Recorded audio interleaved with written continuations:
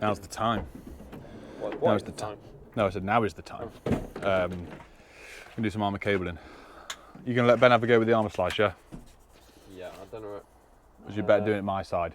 Better doing it my side because we got the fence panel. You have the fence panel side, isn't it? You've got loads of room then. And then I'll do the one. And if he messes it up, no offence, first time, because if you've never used an armour slice before, use the hacksaw. We just cut it off. We got some slack. We got about 3 foot of slack. So we're using the whisker, coffin boxes. 308s these, 206s.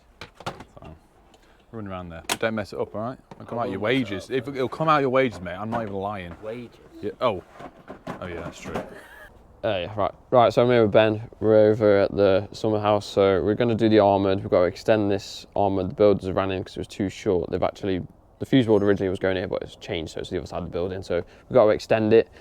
But I found a little trick. So we've got the Bosch heat gun, and then obviously the shrouds at the minute are dead stiff because it's dead cold outside. I think it's like 5 degrees. So we're going to heat up the shrouds. I'm showing Ben how to do an armoured, but we're going to heat this up using the heat gun, and then obviously do the trick of sliding it on, and then you can see where it goes to, and then cut round it, because obviously the first step, Ben, is to slide the shroud on, because a lot of people do this their first time and forget to put this on, and then you've got to undo everything to put it back on. So yeah, that's a pain in the bum. And then obviously we've got the glands, outdoor glands, so they're gonna, I'll show him how to do that. I've just shown him how the armour slice works, because at college you use the hacksaws, I believe.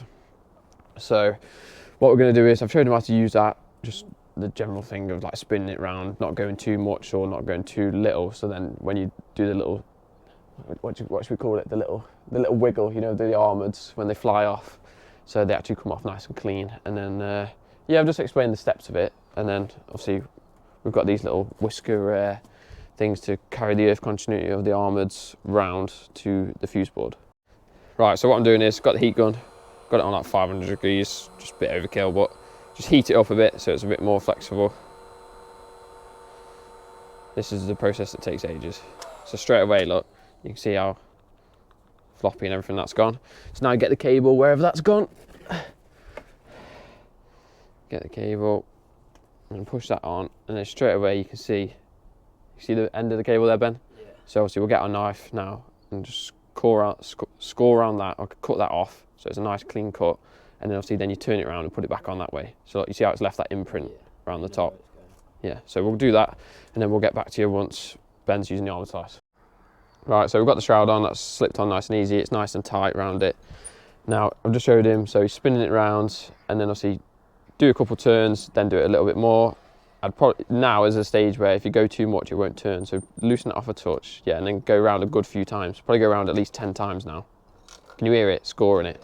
So you can hear the wire armours getting cut. It's really you're just making like a indent on it, and then when you do the little wiggly snappy thing, they all fall off. Sometimes a hacksaw is quicker, but I always think this is neater, like this. There is a trick as well, you know at college you use a hacksaw. Yeah. People put a cable tie around it and then use the cable tie as like a straight line. To keep it straight, you cut. I reckon that's good enough. Yeah, if you just tighten it now, a touch, and then go one or two more. That'll do us. Yeah, that'll do us. Right, and then unscrew that.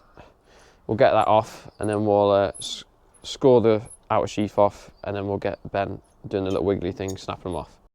Right, so we've cut off the outer sheathing. Now I've just showed him to get like 2 or 3 at a time. Sometimes you can get them all at once. Like here, you probably could get quite a few and do it in one go, but for his first one, I'd rather just do it in stages so you get used to it.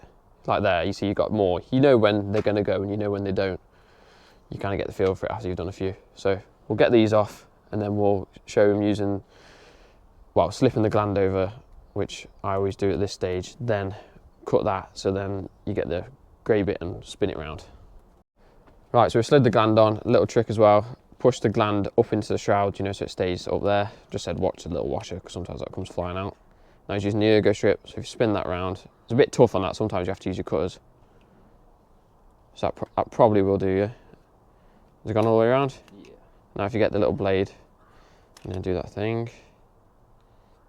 Yeah, that's it, you have to kind of like close it and then run it towards you. And then sometimes you have to get your screwdriver on it and like flick it off. This is what I tend to do. I don't normally use the ergo strip, but I thought it would work. So I get the CK cutters, go around it like that, you know, and just score it, and then give it a little wiggle. and then it pops It's off. a lot easier, though. Yeah, Nick always, I think, uses the ergo strip, but I think it's easier. So now once we got to that stage, the gland's on, so you double check your shrouds on, everything like that, because if this is when you're going to put the gland on. So if you haven't done it now and you put it all together, then you have to take it all back apart. So now obviously you're at the stage where you've seen this at college, you grab this and you do the twist it around thing. I'm just trying to think which way it is. That way, Yeah, like that. So you do that, like so. Grab your, I can't even remember what this bit's called, but grab that bit, tuck it on, push it down, and obviously you know what to do now, just push that down and then get your grips and tighten it up. Right, so we'll get back to you once this is done and we'll strip the grey bit with the ergo strip. Right, so Ben's just tightening up the gland, just getting used to using grips. So he's a bit faffy first time using them. I just said watch out for a blood blister. Ooh, nearly. So we'll get this tightened up and then we'll tighten up the outdoor bit, the IP rated side. Right, so that's all done. We've stripped the white sheathing off with the ergo strip. I did that and Nick was here, but he was using the drill. So just showed him, obviously turn, when you're starting a thread, turn it back one way to get the thread to start and then start going. So like that, and then we're going to use these here and obviously the pre-made fly leads to join them together to carry the earth continuity between the whole lot. So yeah, once you've got that nice and tight, obviously we need to go and get the other arm. Where's the other bit of armoured cable we've got? So we need to make another duplicate of that, obviously put it in this end and run the armoured all the way around to the fuse board. But yeah, for your first one, mate, that's good. Obviously we've got some heat shrink here and heat gun, so we're going to do that, but that's about it really to making off an armoured, so it's not too bad. Right, I've just come round with thing 1 and thing 2 around here. You know that's off, don't you? Thing 1 and thing 2. Is that like, what's it called? The Cat in the Hat? Close. Oh, what's that? Wrong way. Go on. Uh, No, Alice in Wonderland. Anyway, the two like twins. Fat kids. We would like to say obese. Thank you. No, obese is the technical term. Fat is not. Anyway, we were going to use. I've had the same problem around there. We were going to use these, which are like the whisker earthen nut gland things, but they don't fit on there because of the screw holes here.